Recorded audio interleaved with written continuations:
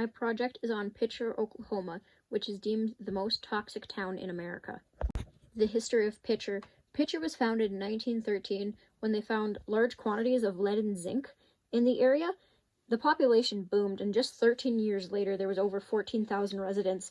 But as the mining slowly decreased, so did the populations, and about by the 1960s, there was about 2,500 people living in the town. They quit mining in 1967, and they quit pumping the water out of the mine, and the pumps were responsible for carrying out the toxic waste that was left in the mines. By stopping this, they caused a buildup of not only toxic waste, but mill sand, sludge, and mine tailings, and all of these are hazardous to human health. It took until 1983 for the federal government to do anything to help their residents, and by then it was too late. By that time, over 63% of the town's children were suffering from lead poisoning. Many of the residents were clueless about the contamination by the toxic waste. Some parents would even fill their children's sandboxes with chat, which is a byproduct from lead zinc mining, which contains siliceous rock, limestone, and dolomite.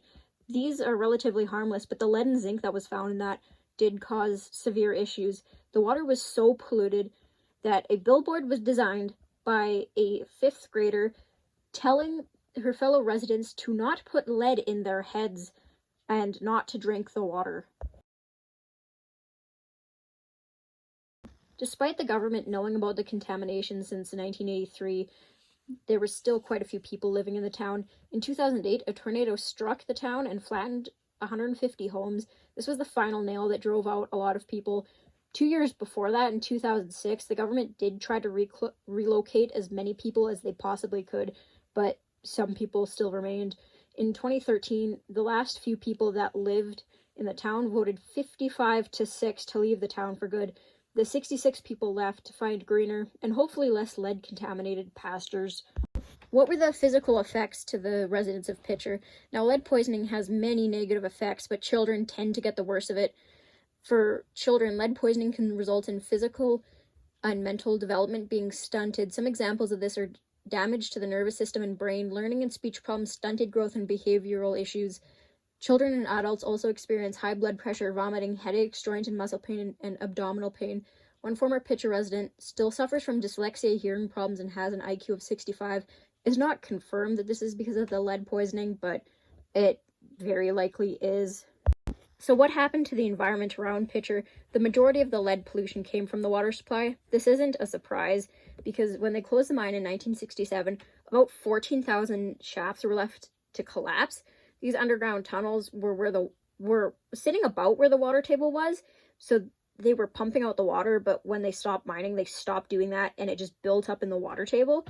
Now, lead is hard to remove from water, and it's even harder if you don't know that there's lead in the water. It requires methods such as reverse osmosis, and that was still being developed and tweaked in the 70s and 80s. The main concern of the time was the bacteria in the water and waterborne diseases.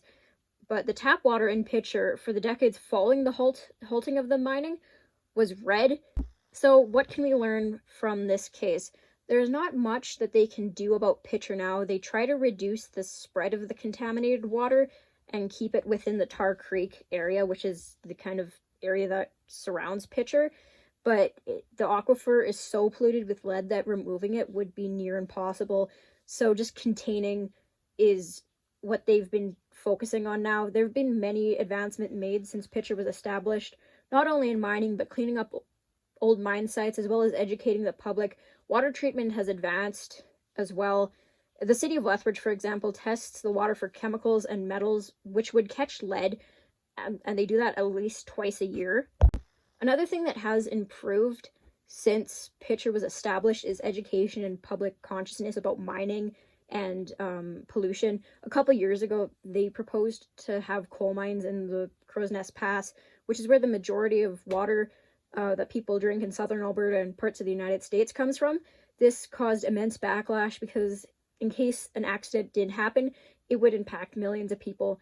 Now, the contrast between this and Picher's residents drinking red water, clueless to what it was doing to them, is stark.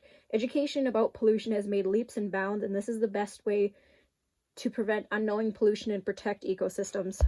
Another thing that has improved in the last half century is procedures for safely closing a mine. In Canada, the process to close a mine is very bureaucratic. The process requires submitting proposals, sometimes assessments of the mines, and they've started introducing reclamation efforts for certain mines in certain areas, as well as lead is being increasingly recycled, and that reduces the amount that is having to be mined, and that reduces the amount of pollution that could happen in the environment.